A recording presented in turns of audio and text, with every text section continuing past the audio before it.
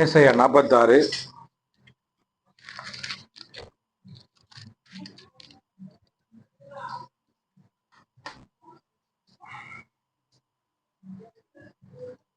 3ஆம் வசனம் 4ஆம் வசனம். ஏசாயா 46 3ஆம் வசனமும் 4ஆம் வசனம். யாக்கோபின் சந்ததியாரே, இஸ்ரவேலின் சந்ததியில் மீதியாகிய சகல ஜனங்களே, எனக்கு செவி கொடுங்கள். தாயின் வயிற்றில் தோன்றினது முதல் உங்களை ஏந்தி, தாயின் கர்ப்பத்தில் உற்பத்தியானது முதல் உங்களை தாங்கினேன். உங்கள் முதிர் வயது வரைக்கும் நான் அப்படி செய்வேன். நரை வயது மட்டும் நான் உங்களை தாங்குவேன். நான் அப்படி செய்து வந்தேன், இனிமேலும் நான் ஏந்துவேன். நான் சுமப்பேன், தப்புவிப்பேன். ஏசாயா 46ஆம் அதிகாரம் 3ஆம் வசனம் 4ஆம் வசனம் தான் இந்த வருடத்துக்கான நம்மளுடைய சபைக்கு ஆவியானவர் பேசுகிற வாக்கு தத்தம். ஆமென். பக்கம் 853வது பக்கம், பழைய ஏற்பாட்டில். Praise the Lord. Hallelujah.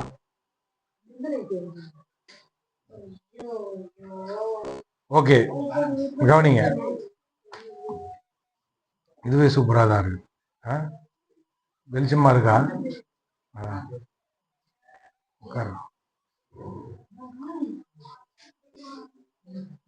தாயின் வயிற்றில் தோன்றினது முதல் உங்களை ஏந்தி, தாயின் கர்ப்பத்தில் உற்பத்தியானது முதல் உங்களை தாங்கினேன். பின்னாடி வந்த சவுண்டு போயிடுச்சு பார்த்தீங்களா? நம்ம சவுண்ட் இருந்துன்னு இருக்கு பார்த்தீங்களா? இதுதான் உங்களுடைய வாழ்க்கைக்கு கர்த்தர் காட்டுற ஒரு விஷயம். கரண்ட் கட்டானா கூட நம்மளுடைய சத்தம் போயாது. பாருங்க, இந்த வசனம் ரொம்ப அற்புதமான வசனம். எதனாலன்னா, எது வரைக்கும் தான் கடவுள் என்ன சுமப்பாரு, தாங்குவாரு, தப்பு வைப்பாரு, ஏந்துவாரு அப்படின்னு மொத்தம் பாருங்க சொல்றாரு. ஏந்தி, தாங்கி,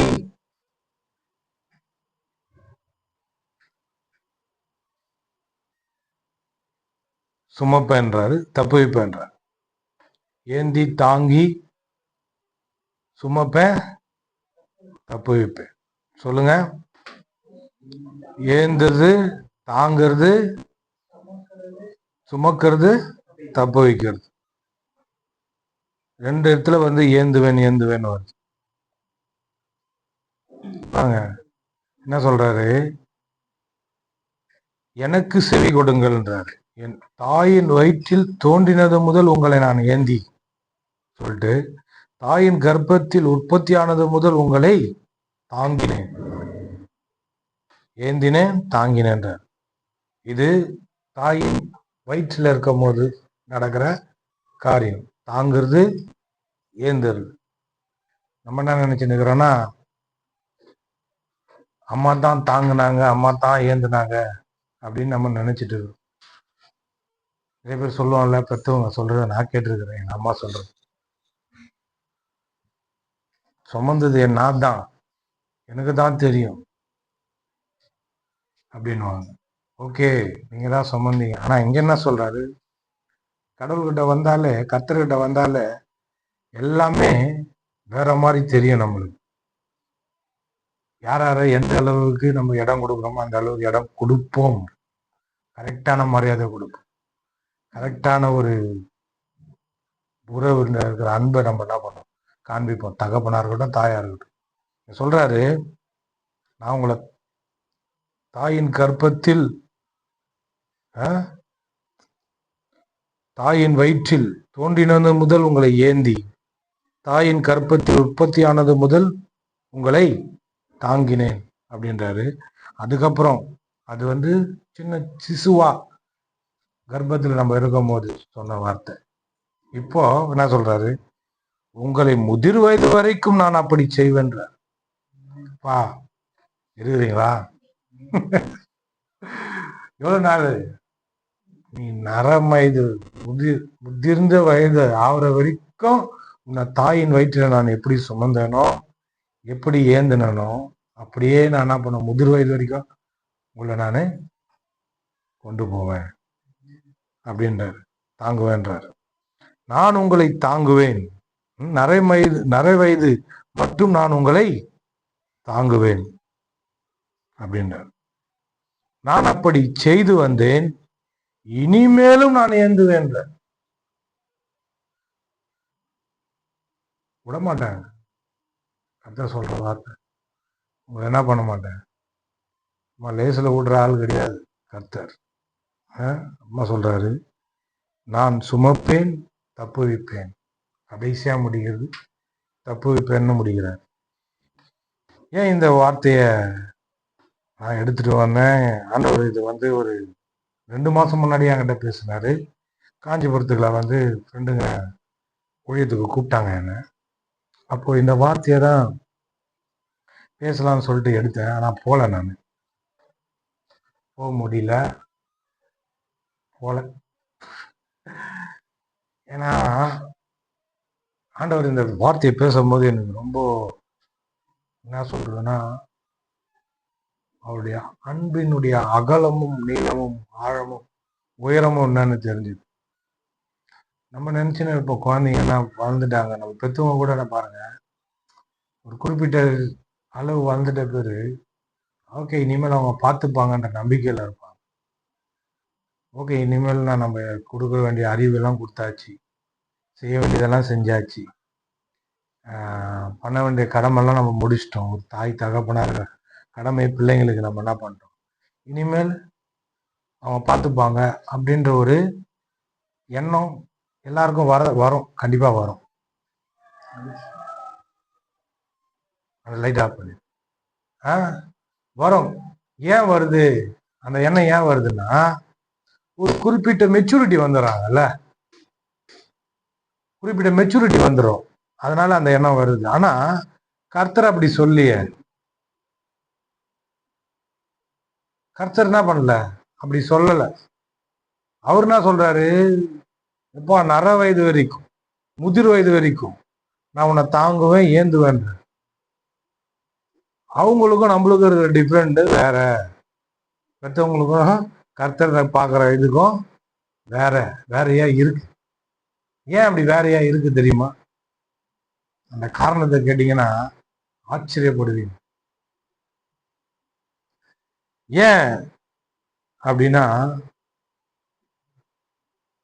நம்ம நினைப்பு ஒரு அளவுக்கு இந்த உலகத்துல என்ன பண்ணிடலாம், வாழ்ந்துடலாம், இருந்துடலாம் அப்படின்னு சொல்லி நிறைய பேர் பண பலம், ஆள் பலம், பொருள் பலம்,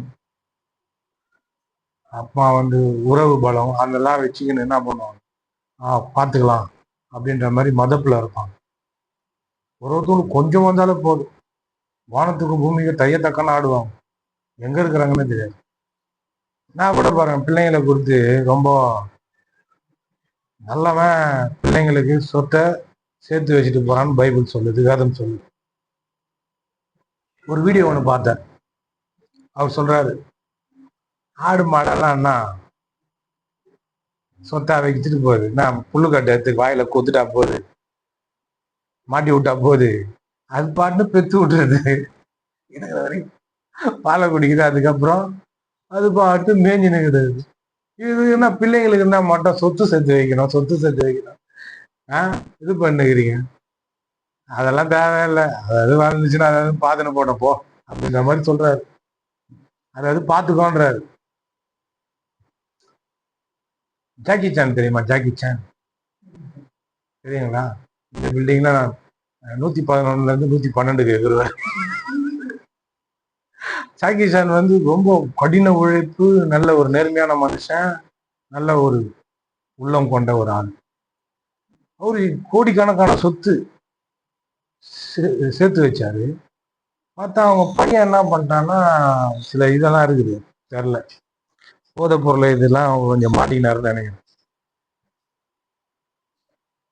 அவர் என்ன பண்ணாருன்னா, அந்த சொத்துக்கள் எல்லாத்தையும் அனாத ஆசிரமங்களுக்கும் புதியோர் இல்லத்துக்கும் தர்மம் பண்ணிட்டார், நிறைய சொத்துக்கள்.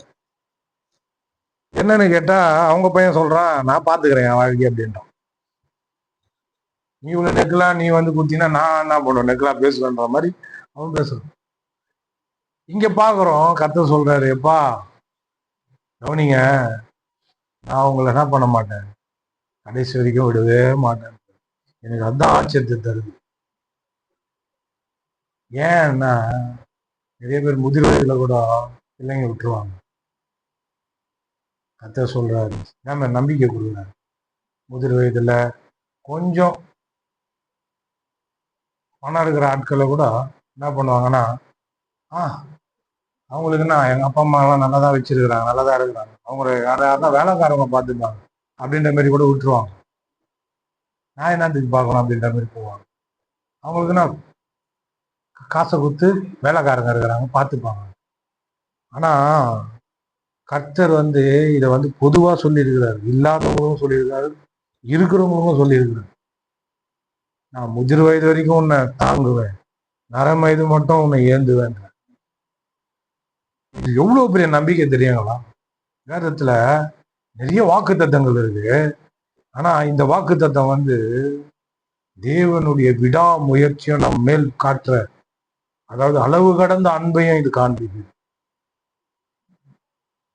நான் முதிர் வயதை நம்பல, முதிர் வயதை நம்புறேன், நர வயதை நம்பல. நான் முதிர்ச்சி வயதுல முதிர்ச்சி அடைவேன்.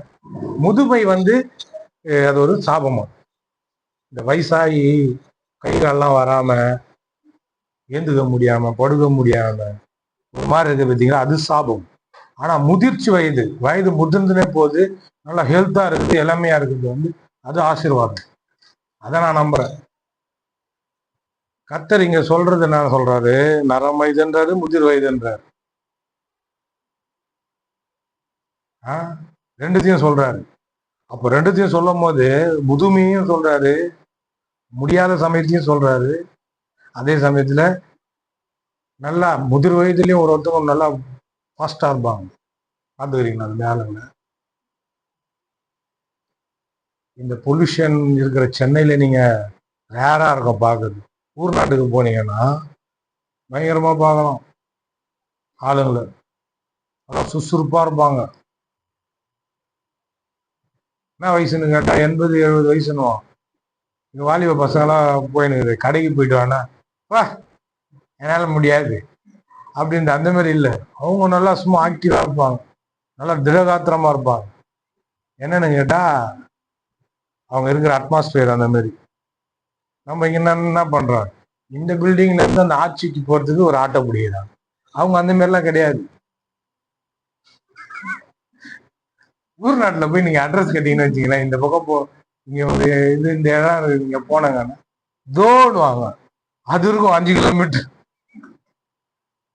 தோ இங்க போங்க, இப்படி போங்க, இந்த பக்கம் போங்க, ரைட்டு போங்க, லெஃப்ட் போங்க, வலது பக்கம் போங்க, இடது பக்கம் போங்க, அப்படி போயிடுவீங்க. தோடுவாங்க. தோன்றது அதோ இருக்கும். அவங்க எல்லாம் பாருங்க அந்த கிலோமீட்டர் எல்லாம் பார்க்காம நடந்துருவாங்க.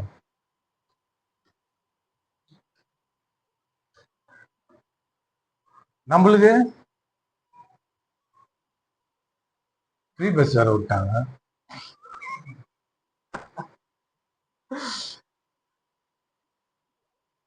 கர்த்தர் சொல்றாரு, நீ எவ்வளோ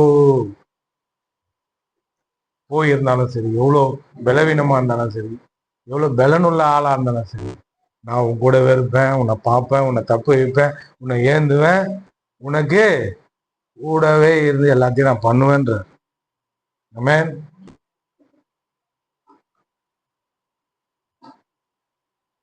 நீங்க உங்களுடைய வாழ்க்கையில சில சமயங்கள்ல வந்து இந்த வசனத்தை நீங்க தியானிக்கணும், சில ஞாபகப்படுத்திக்கணும். எவ்வளவுதான் வருவாரு கூட அப்படின்னா கர்த்தர் சொல்றாரு, நான் முதிர் வயது வரைக்கும் உன் கூட தான் இருப்பேன், உன்னை விட்டு போகவே மாட்டேன். அந்த வார்த்தை அப்படிதான் வருது. என்ன சொல்றாரு, நான் உன்னை விட்டு விலகுவதும் இல்லை, உன்னை கைவிடுவதும் இல்லை என்றாரு. இன்னொரு இடத்துல இயேசு வந்து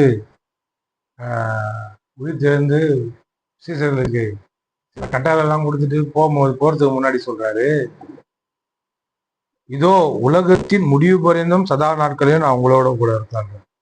தேவன் நம்ம கூட இருக்கிறதுன்றது பயங்கரமான ஒரு வாக்கு தத்துவம், பயங்கரமான வாக்கு தத்துவம். நம்ம கூட இருக்கிறது அப்படின்றது பயங்கரமான வாக்கு தத்துவம். அது பைபிள்ல ரொம்ப மேஜரா சொல்லக்கூடிய ஒரு வாக்கு தத்துவம். அதாவது ஒன்னொன்னு நம்மளுக்கு ஒரு வாக்கு தத்துவம் இதை நான் செய்வேன், அதை பண்ணுவேன், இப்படி ஆவா அது ஆவா அப்படின்னு சொல்ற வாக்கு தத்தங்கள்லாம் இருக்குது. ஆனா இதுதான் டாப்ல நிக்கிறது. எது கூட இருக்குது, கூட இருக்குது. நான் அன்பா இருக்கிறேன்னு சொல்லிட்டு புது மாப்பிள்ளை புது பொண்ணு கல்யாணம் பண்ணிட்டு உடனே துபாய் கிளம்புற கதை மாதிரி இல்ல. என்ன வேலை, அவரு வெளிநாட்டுல வேலை செய்யறாரு. எவ்வளவு நல்லா ஆச்சு கல்யாணம் ஆகி, ஏதோ 1 மாசம் தான் ஆச்சு, போயிட்டாரு. ஆனா அன்பாகிறாரு, வீடியோ கால் பண்றாரு. எனக்கு அது சொல்ற அது இல்ல. அதான் சொல்றாரு, நான் ஆவியா இருக்கிறேன், நீ ஆவியா இருக்கிற, நான் உன் கூட தான் இருக்கிறேன். நீங்க பாக்குற இந்த நிஜ உலகம் இப்ப பாக்குறீங்கல்ல, என்ன பாக்குறீங்கல்ல, இது மாதிரியே கர்த்தர் நம்ம கூட இருக்கிறார். Real real. இதெல்லாம் இது தெரிஞ்சாதான் முதிர் வயதிலையும் நரம் வயதிலையும் அவர் கூட இருக்கிறாரு, தப்பு வைக்கிறாரு, தாங்குறாரு, ஏந்துறாரு, நம்மளை சுமக்கிறாருன்றது நல்லா புரியும். கர்த்தர் ஆவியா இருக்கிறாரு, நானும் ஆவியா இருக்கிறேன். ஆவியா இருக்கிற தேவன் என்னோட கூட தான் இருக்கிறாரு அப்படின்றத நம்ம ஆணித்தரமா நம்பணும். இந்த 2026 எப்படி இருக்கும் அப்படின்னா, எனக்கு இன்னும் வயசாகாத, நான் என்ன இளமையா தானே இருக்க போறேன். 2026 நான் என்ன பண்ண போறேன், இளமையா தானே இருக்க போறேன். எதுக்காக இந்த வசனத்தை நான் சொல்றேன்னா, முதிர் வயதுல தாங்குற தேவன் இப்போ நம்மளுக்கு என்ன பண்றாருன்றது ரொம்ப முக்கியம். முதிர் வயது வரைக்கும் வராருன்னா உன்னை விட்டுருவாரா இப்போ? அதுதான் நம்மளுடைய பிரசங்கத்தினுடைய மைய கருத்து. முதிர் வயது வரைக்கும் வர தேவன் என்னை இப்ப கைவிடுவாரா, என்னை விட்டுருவாரா, என்னை அப்படியே கொஞ்ச நேரம் இருந்துட்டு போயிடுவாரான்னா இல்ல. இப்பத்துல இருந்தே இந்த வசனத்தை குறித்த ஒரு ஆழமான அறிவு நம்மளுக்கு வந்துடும். 2026 என் கூட தான் தேவன் இருக்க போறாரு. ஆமே பாருங்க, இந்த லைட் எல்லாம் போட்ட பேரு சர்ச்சை எனக்கே டிஃப்ரெண்டா தெரியுது. நல்லாதான் இருக்குது. ஒரு 800 ரூபாய் செலவு பண்ணுது, நல்லாதான் இருக்குது, பரவாயில்ல. இப்போ நம்ம அவங்க கொடுக்குற அந்த வீட்டுக்கு சர்ச்சைக்கு போறோம். அது இந்த சுவரெல்லாம் வேற இடிச்சிருவேன்னு சொல்லிட்டேன். இடிச்சிட்டு அது பின்னாடி எல்லாம் பயங்கரமா பண்ண போறோம். இந்த பெரும்பாக்க பகுதியிலேயே நம்ம சர்ச்சு பேர் சொல்ற மாதிரி இருக்கும். அப்படிதானங்க, பேர் சொல்ற மாதிரி இருக்கு. எப்படின்னா, எங்க வீடு, என் வீட்டுல நீங்க கடையில பாத்தீங்கன்னு வச்சுங்களேன், அந்த குப்பை தொட்டி, பசங்க ஆகி போற இடம், ஜனங்க வச்ச கஜ கஜ கஜ கஜன்னு இருக்கிற இடம், இதெல்லாம் அப்படியே கடந்து என் வீட்டு உள்ள பூந்தாங்கன்னா ஏவிஎம் ஸ்டுடியோ உள்ள போன மாதிரி இருக்கும்.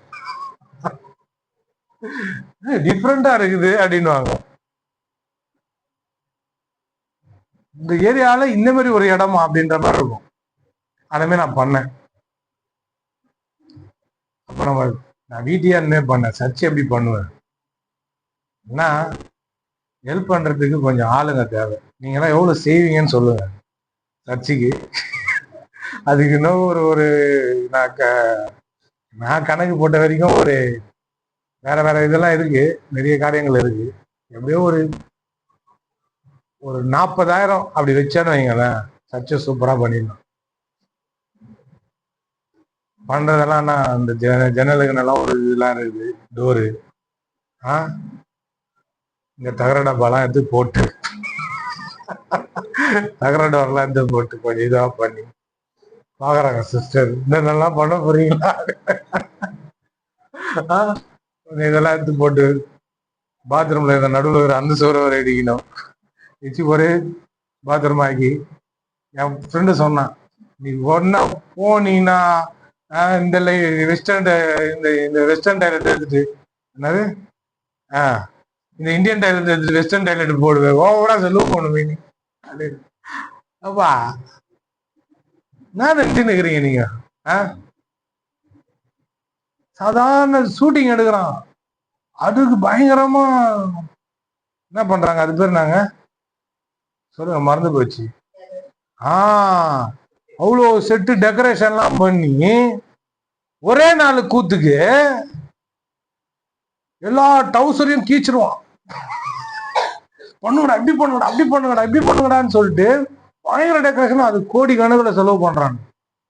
உதாரணத்துக்கு சங்கர் இந்த படம் எடுத்தாரு, ஏதோ சிவாஜி படம், அதுல கண்ணாடி மாளிகை காட்டுவாங்க பார்த்தீங்களா, அது எத்தனை கோடி செலவு பண்ணாங்க ஒரு பாட்டு சீனுக்கு. ஆண்டோடைய இதுனா ஒரு சின்ன அந்த சிமிலி வேலைக்கு மாரி வெளியே அந்த பல்பு எரிஞ்சா போதும், அது சர்ச்சுக்கு தெரிஞ்சா போதும் அப்படின்ற மாதிரி இருக்கிறார். நம்ம வேற மாதிரி நினைப்புதான் வச்சுன்னுக்கிறேன். ஃபியூச்சர்ல நிறைய பேர் வருவாங்கல்ல நம்ம சர்ச்சுக்கு, வரும்போது படிக்கட்டுல தங்க தகுடு அச்சு போடலான்னு செருப்பு காலோட, நீ தானா மெரிச்சின்னு வா, செருப்பு காலோட அந்த தங்கத்தை மெரிச்சின்னு உள்ளவா. ஹலோ, இப்பவே ஒண்ணுமே இல்லை, அப்போ வரும். கண்டிப்பா நான் செய்யறதுக்கு வில்ஃபுல்லா இருக்கிறேன், காசு கண்டிப்பா வரும். ஏன் தெரியுங்களா, இதெல்லாம் காட்டுல நீங்க பெரிய ஆளுங்க, பார்வையில ஆண்டோடைய பார்வை நீங்க பெரிய ஆள். ஒருத்தர் இப்படி மாட்டின்னு வந்துட்டா, இப்படி போட்டுன்னு வந்துட்டா பிச்சைக்கண்ணு வாங்காம பாக்குறது, அவரை தூக்கின்னு இதோ இந்த செருப்பு காலாண்ட வெய்ய அவரு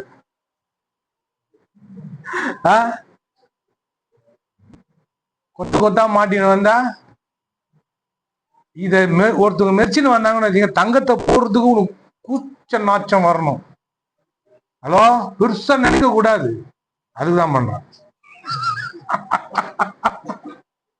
அதுக்காக வேற என்ன பண்ற, செருப்பு காலோட மெரிச்சுன்னு போறாங்க, அதை தான் நீ கையில போட்டுக்கிறப்போ, கழுத்துல மாட்டினுக்கிறப்போ, காதல மாட்டினுக்கிறப்போ. ஆமேன், ஆமேன். ஏன்னா அதை காட்டில நம்ம பெரிய ஆளுங்க, ஆண்டவர் நம்மள பெரிய ஆளா பாக்குறேன்.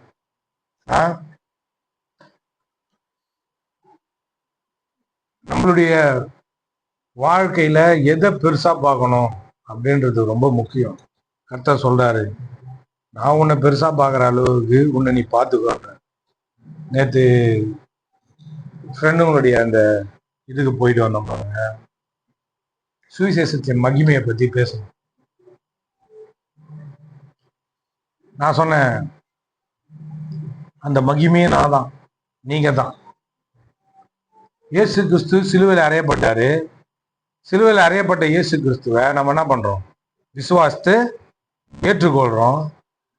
பாவத்துல இருந்தோம், இந்த உலக சாபத்துல இருந்தோம் மீட்கப்பட்டு ஒரு சாட்சியா நம்ம என்ன பண்றோம், நிக்கிறோம். அந்த நிக்கிறது தான் மகிமை. அந்த சுவிசேஷம், அந்த நற்செய்தி, இயேசு எனக்காக மரித்தாருன்றதை நம்ம கேள்விப்பட்டோம், எப்படியும் நம்ம தெரிஞ்சுக்கணும், ரசிக்கப்பட்டோம்ல, அந்த மகிமை நம்ம கிட்ட என்ன பண்ணுது, வேலை செய்யும். அத நிறைய பேர் என்ன பண்றாங்க, தெரியாமையே இருக்கிறாங்க.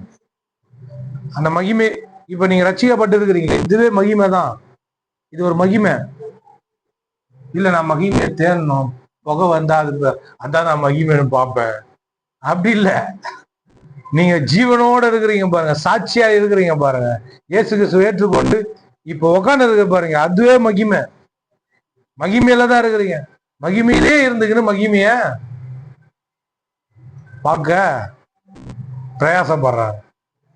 எப்படின்னா, பிசாசு என்ன பண்ணான், சாத்தான் ஏதேன் தோட்டத்துல தேவனை போலவே இருக்கிறவங்கள தேவனை போலவே மாறிடுவீங்க, தேவனை போல ஆயிடுவீங்க, அதனால்தான் இருக்கிறத இல்லாத மாதிரி சொல்றான்.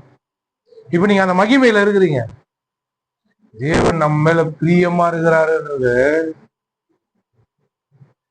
ஒவ்வொரு நாளும் நம்ம ருசி பார்த்துன்னு இருக்கணும் பாருங்க. எனக்காக ஜீவனை கொடுத்தாரு, எனக்காக எல்லாத்தையும் செஞ்சாரு. எல்லாத்தையும் பண்ண தேவன், நான் அவருக்கு அவ்வளோ பிரியம், அவ்வளோ அன்பு என் மேல.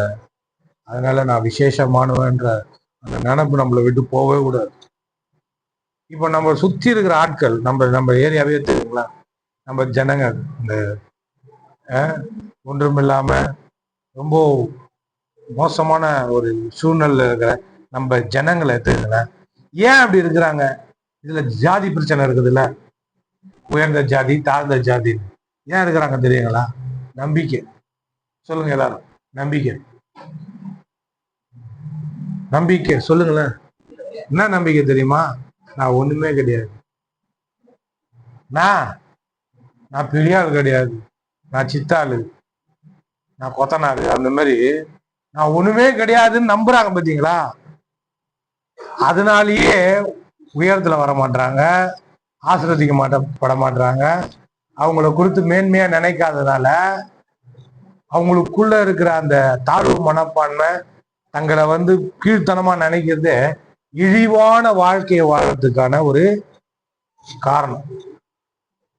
சரிங்களா? நீங்க எந்த அளவுக்கு உங்களை மட்டமா நினைக்கிறீங்களோ அந்த அளவுக்கு தரம் தாழ்ந்து போறதுக்கு உங்க மனம் ஓடும். இதுல இருந்து என்ன தட்டி தூக்குறது பெரிய விஷயமா இருக்குது.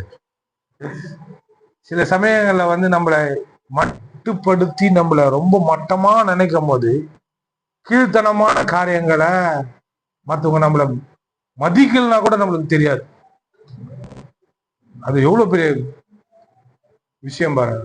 மற்றவங்க நம்ம மதிக்க மாட்டாங்க அப்படின்றது கூட தெரியாம ஒரு மனுஷன் தானா மரியாதை கொடுக்க மாட்டாங்க மனுஷன் தானா, அது எவ்வளவு பெரிய கஷ்டம்.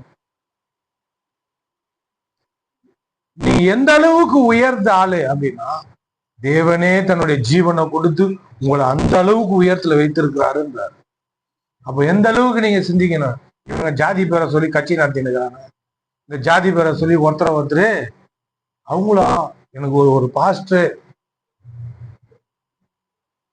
ஒரு பெரிய பெரிய சர்ச்சை வச்சுட்டு இருக்கிற பெரிய அதே லட்சக்கணக்கில் ஆட்களை வைத்திருக்கிற சர்ச்சை பாஸ்டர்கள் என்ன தான் சொல்றாரு அவரு, அவங்க ஜாதிப்பா, அவங்களும் அப்படிதான் இருப்பாங்க. நாங்க பெரிய ஆளா வருவாங்க, அந்த ஜாதிக்காரங்க பெரிய ஆளா வருவாங்க. அந்த ஜாதிக்காரன் எப்படி இருப்பாங்க? அவங்க மென்டாலிட்டியை பார்த்துருக்கீங்களா?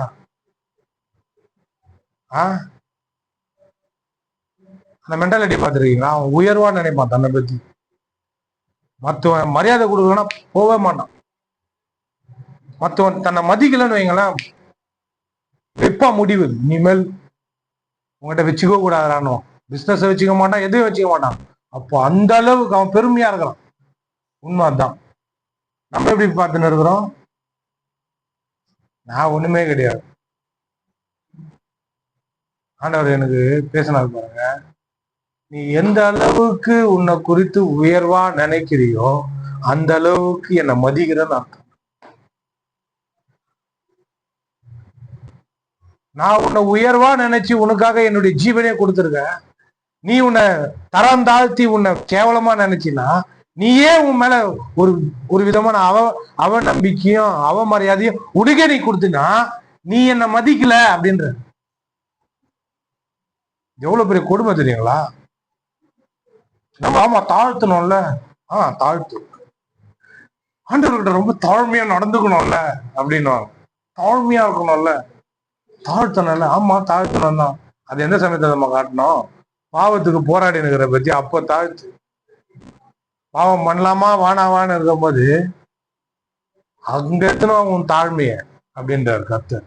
ஹலோ, உணர்ச்சி வசப்பட்டு எதையும் செஞ்சிடாத. இருக்கிறீங்களா? தாழ்மை எங்க காட்டணும்? ஒருத்தவங்க கை கட்டிக்கணும், அப்படியே சொல்லுங்க நிஜமா அப்படின்ற மாதிரி வருவாங்க. சொல்லுங்க பாஸ்டர். அவங்க யாருன்னா ரொம்ப தாழ்மையான இருக்க ஆட்கள், எனக்கு கூட சொந்தக்காரங்களா இருக்கிறாங்க. ரகு சித்தப்பா ரகு மாமானா ரொம்ப தாழ்மையா, ரொம்ப நம்மள ரொம்ப மதிக்கிறாங்கன்னு நினைச்சேன். கர்த்தர் சொன்னாரு, நீ சர்ச்சைக்கு கூப்பிடு, வராங்களா பாரு. உன் பேச்சுக்கு அங்க மரியாதை இல்லை அப்படின்னா உன்னை மதிக்கல. நான் எப்படி தெரியுங்களா, நான் சொல்றதெல்லாம் கேட்கணும், அப்பதான் எனக்கு மரியாதை கொடுக்குறாங்கன்னு அர்த்தன்ற மாதிரி நான் நினைச்சேன்.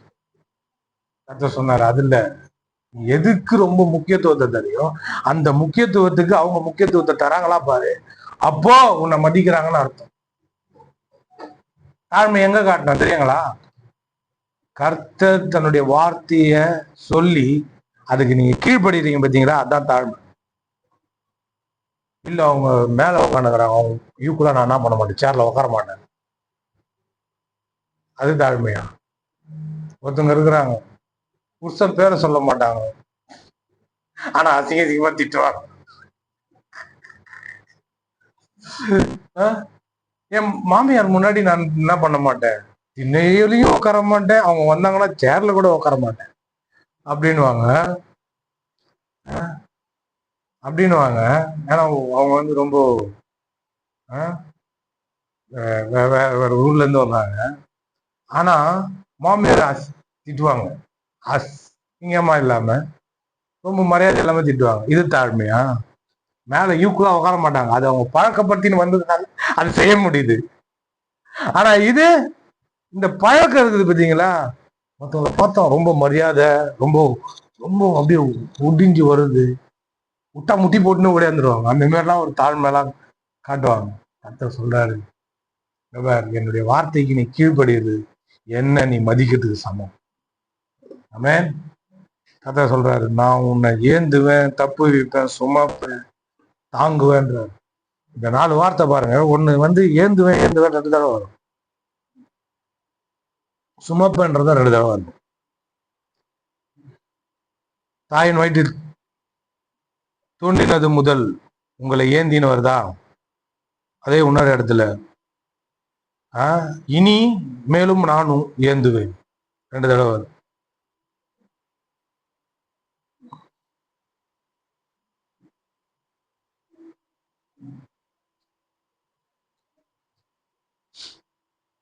தாங்குவேன் 2 தடவை வருது, ஏந்துவேனும் 2 தடவை வருது. கர்ப்பத்தில் உற்பத்தி ஆனது முதல் உங்களை தாங்கினேன் அப்படின்னு வருதா, நிறைய வயது மட்டும் நான் உங்களை தாங்குவேன். தாங்குறதுன்னா என்ன தெரியுங்க? இந்த 4 வார்த்தையை பார்ப்போம். தாங்குவேன், ஏந்துவேன், சுமப்பேன், தப்பு வைப்பேன். 4 வார்த்தை தான் இந்த வருடம் முழுவதும் நீங்க மனசுல வச்சுன்னு இருக்குது. இந்த 4 வார்த்தை, தாங்குவேன், ஏந்துவேன், சுமப்பேன், தப்பு வைப்பேன். 4 வார்த்தை சொல்லுங்க.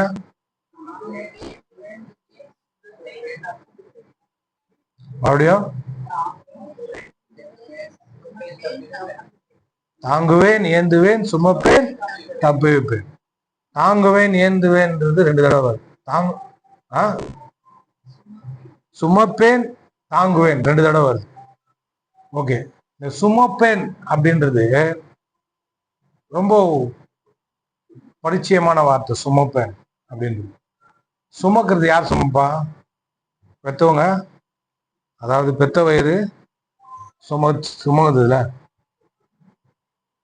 எந்த அளவுக்கு சுமக்கிறாங்க?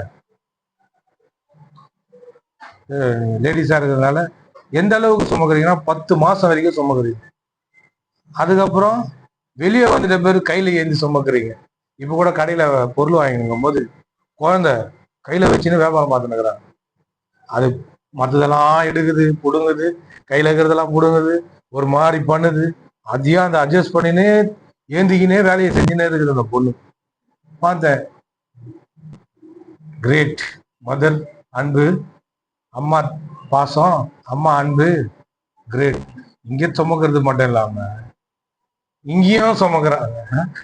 கர்த்தர் சொல்றாரு, முதிர் வயது வரைக்கும் நான் சுமப்பேம்மா, அந்த மாதிரி நரை வயது வரைக்கும் சுமப்பேம்மா. அதே மாதிரி கொஞ்சம் கற்பனை பண்ணி பாருங்களேன், வயசானவங்களை தூக்கி இந்த வடியில வச்சுன்னு இருக்கிற மாதிரி. நான் ஒரு சில இதெல்லாம் பார்க்கும் போது ஒருத்தங்க வயசாகி முடியாத ஆட்களும் தன்னுடைய மனைவியாவது கணவனையும் சுமந்து இருக்கிறாங்க. அது வேற அன்பு. அது அது வார்த்தையால விவரிக்க முடியாது. அவங்களுக்கு கை கால் வராம இருக்கலாம், முடியாம இருக்கலாம், ஆனா சுமக்குறாங்க சுமக்குறாங்க சுமந்துன்னு இருக்கிறாங்க. இந்த சுமக்கிறதுன்றது சாதாரணமானது கிடையாது. அது வலி நிறைஞ்ச ஒரு வார்த்தை. சாதாரணமா சுமக்க முடியுமா? ஒரு ஒரு தண்ணியை சுமக்குறீங்க, வச்சுன்னு இருக்கிறீங்க கையில, வலி இருந்துன்னு தானே இருக்குது. கர்த்தர் சொல்றாரு, எனக்கு வலி இருந்தா கூட உன்னை சுமப்பேன். மேன் வலி இருக்கத்தான் செய்யுது. நான் அக்கிரமணியம் பண்ணியிருந்தாலும் சுமந்துன்னு தான் இருக்கிறேன். ஆமென். சுமப்பேன்ற இது கேள்விப்பட்டேன். ஒரு குழந்தை வந்து டேபிள்ல வச்சிருக்கிறாங்க, அது ஆகி போயிடுச்சு சாப்பிடும் போது. மற்றவங்க எல்லாம் சீச்சி சீச்சின்றாங்க, ஆனா அத குழந்தையோட தாய் டக்குன்னு தொடச்சிட்டு கையை கழுவிட்டு வந்து சாப்பிடுது. மற்றவங்களுக்கும் தாய்க்கும் வித்தியாசம் அதிகம். அதே மாதிரிதான் கர்த்தர் சொல்றாரு, சீச்சி சாச்சாலாம் நான் பார்க்க மாட்டேன்.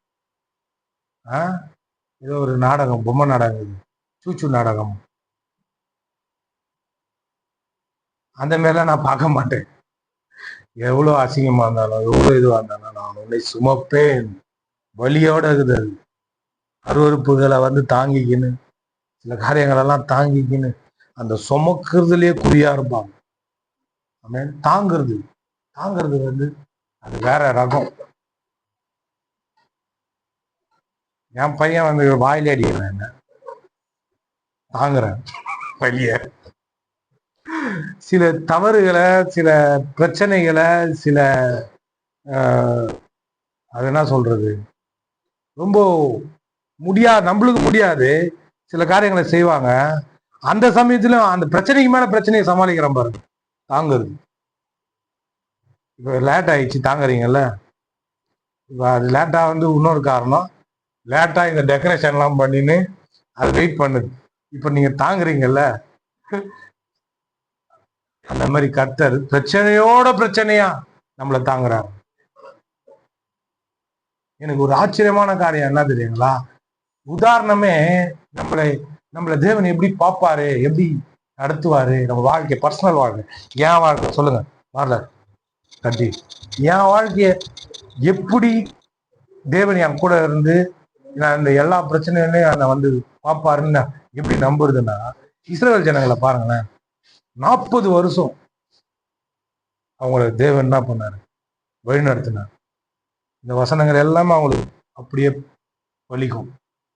என்னன்னா, அவங்களுடைய உடம்புல இருக்கிற துணி அதுவும் இதுவாகல, அதே சமயத்துல உடம்புல நல்லாதான் இருந்தாங்க, ஆரோக்கியமா இருந்தாங்க, செருப்பு தேயிலையா, அவங்க சாகுற வரைக்கும் மண்ணா நிக்கல, காடை வந்து உயிர்ந்து நின்றது, மேகஸ்தம்பம் நைட்ல, அக்னி ஸ்தம்பம் நைட்ல, அக்னி ஸ்தம்பம், மேகஸ்தம்பம் பகல்ல, இது அவங்களுக்கு சாகுற வரைக்கும் இருந்தது.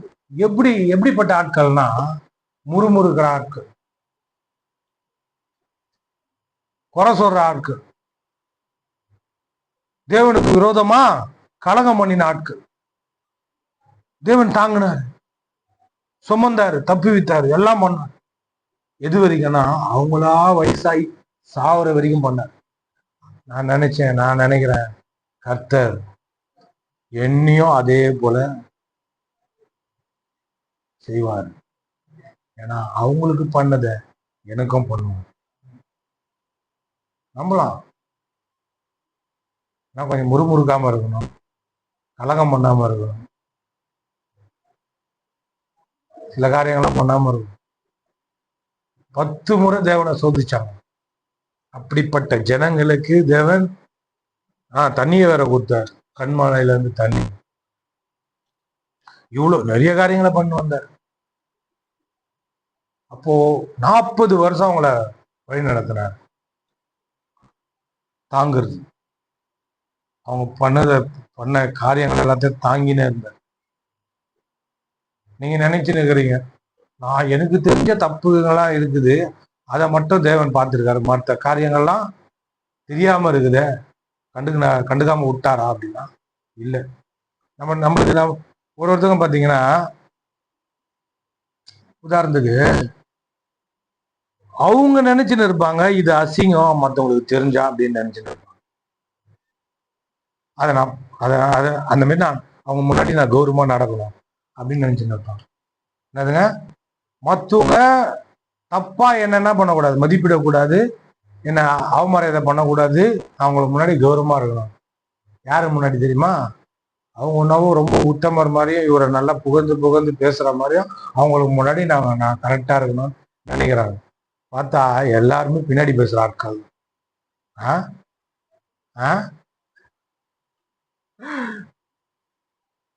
நீங்க எவ்வளவுதான் அவங்களுக்கு முன்னாடி போய் பெரிய டாப்பா நின்னா கூட குறை சொல்ல ஆட்கள் தான் எல்லாருமே. அவங்க முன்னாடி போய் அவங்க எதனா சொல்லிட்டாங்கன்னா எனக்கு அவமரியம் ஆயிடும், நான் தற்கொலை பண்ணி செத்துரு. இப்படி இருந்தா எப்படிப்பட்ட ஆளு? அதாங்க சொல்றாரு, இந்த உலகம் முழுவதும் மாயைக்குள்ள இருக்குது. இந்த மாயையில மாயையான ஆட்கள் அது கூட கலந்து ஒண்ணும் இல்லாம போறாங்களாம். சில மாயைகளா இருக்குதுங்க, இதெல்லாம் வீண்னு ஒண்ணு இருக்குது. அந்த வீண்ல போய் வீணான ஆட்கள் அந்த வீண்ல போய் கலந்து அதோட போறாங்க. சொல்றாரு, பரிசுத்தம் உள்ளவர்கள் பரிசுத்தமா இருக்கட்டும், அசுத்தமானவர்கள் அசுத்தமாக இருக்கட்டும். இந்த 2 குரூப் இருக்குது.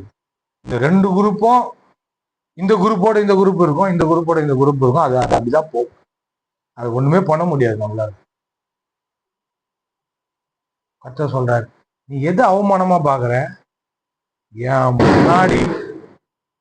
முன்னாடி உத்தமமா உண்மையா நடக்கிறது தான் உனக்கு மேன்மை, பெருமை எல்லாமே. கர்த்தர் எனக்கு கத்து கொடுத்தது.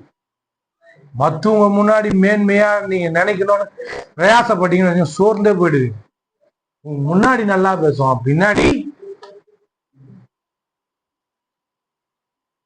பின்னாடி பேசுவாங்க.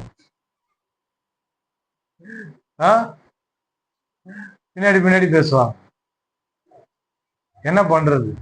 மற்றவங்களுக்காக வாழ்ந்தீங்கன்னு வைங்களேன், மற்றவங்களுடைய அந்த நினைப்போட இருந்தீங்கன்னா அதை விட ஒரு என்ன சொல்றது விரக்தியான ஒரு விஷயம் எதுவுமே கிடையாது.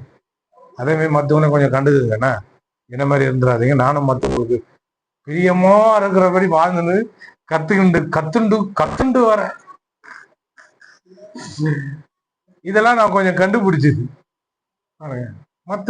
மற்றவங்க என்ன நினைப்பாங்க, மற்றவங்க இப்படி நினைச்சிட்டாங்கன்னா நான் செத்துருவேன். யாருங்க அவங்க? சர்வலோக நியாயாதிபதியா? உத்தமர்களா?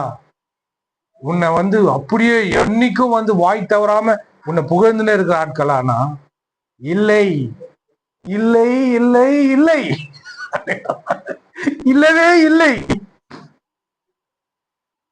இல்லை கோபால், இல்லை.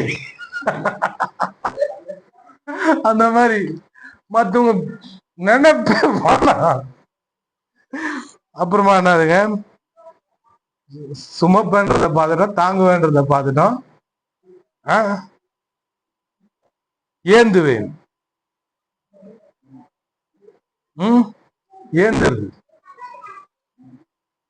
ஏந்துருது அப்படின்னா எதெல்லாம் சொன்னா ஏந்துருது? ஏந்துவேன் அதை எதுக்கெல்லாம் பயன்படுத்துறான்னா, சில சமயங்கள்ல ஒருத்தர் உயரமா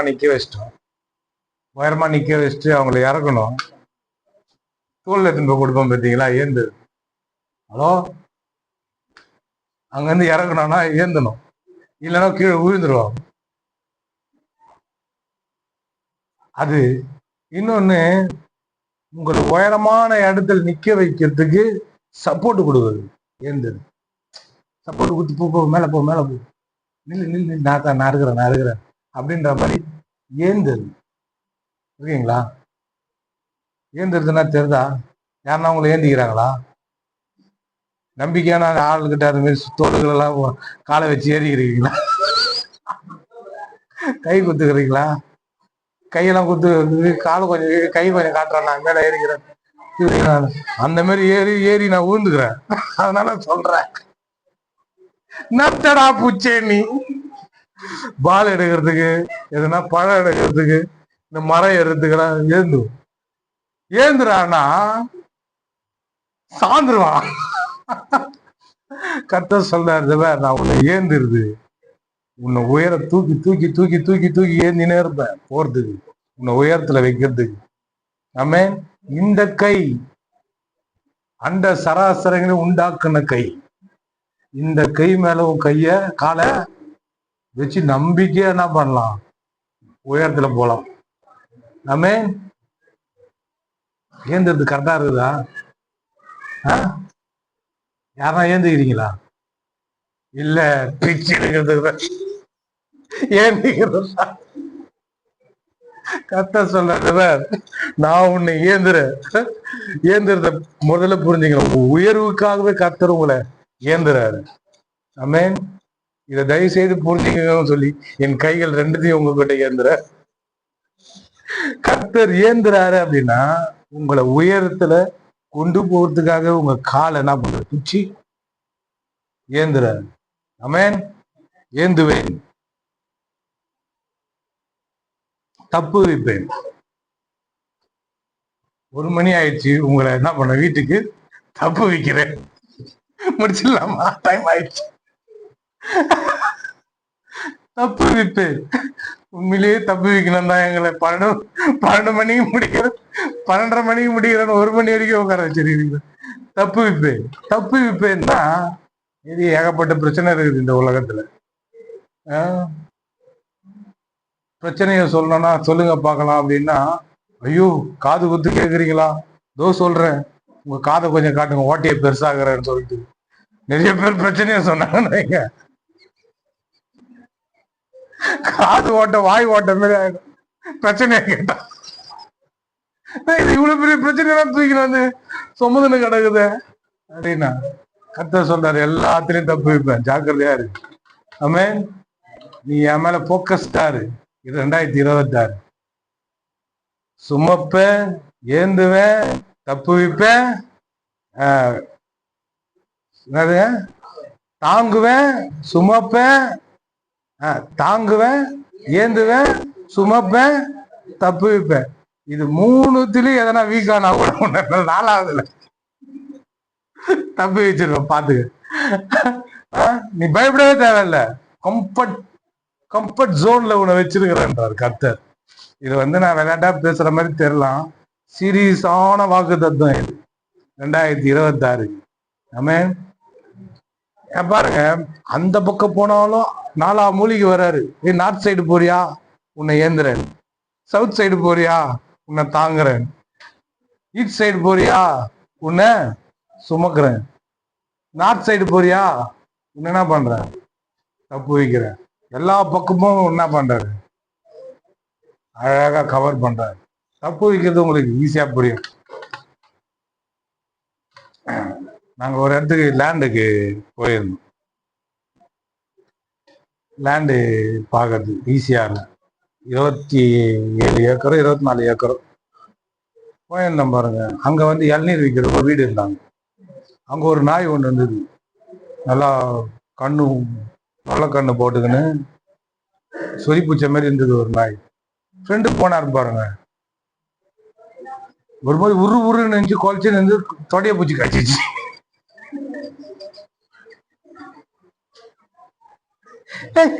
அவர் எப்படி தருத்துறாரு, என்னவோ சின்ன சின்ன நாய்க்குடிய தருத்துல அது பார்த்துச்சு, நீ நல்லா தருத்துறாடான்ட்டு பண்ணு பூச்சி தொடைய பூச்சி. அவர் தொட இவ்வளவு பெருசாகுது, கறி நிறைய கச்சிச்சு. அண்ணா தெரியல, பூச்சிச்சு பாருங்க, ஒவ்வொன்னு பூச்சிச்சு. நான் என்ன பண்ண, அதை பார்த்துட்டு ஓடி போய் தப்பு விட்டேன். வச்சா ஒண்ணு நாய போ அப்படின்னு. இன்னொருத்தர் அங்க ஒரு இது மாதிரி இந்த ஓலை கொட்டா போட்டு இவ்வளவு பெரிய சவுக்கு கொம்பு எவ்வளவு பெருசு, பிரதர் பிரதர் வாங்க பிரதர் அடிக்க பிரதர் இவ்வளவு பெருசா. அதை தூக்கி அடிக்கிறது நாய் ஒரு 100 மீட்டர் ஓடுறோம். அதுக்கு முன்னாடியே பார்த்து இருந்தேன்னா கடிக்க விட்டுருக்க மாட்டேன்.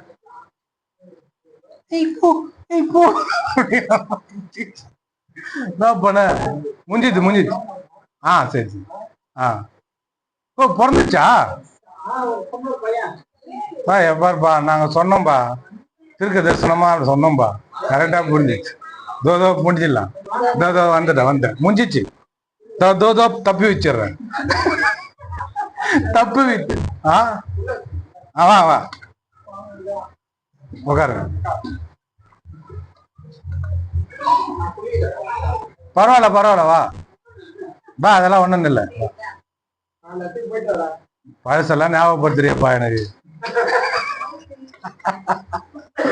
இத மாதிரிதான் வச்சுன்னு சுத்திட்டு இருந்தேன்.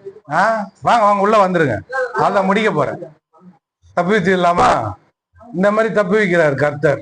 ஆமென். ஜெபம் பண்ணிடுவோம். லைட்டை போடு சமந்தா, லைட்டை போடு. ஆஃப் பண்ணிடு. Praise the Lord. ஆஃப் பண்ணிடு, வீடியோ ஆஃப் பண்ணு.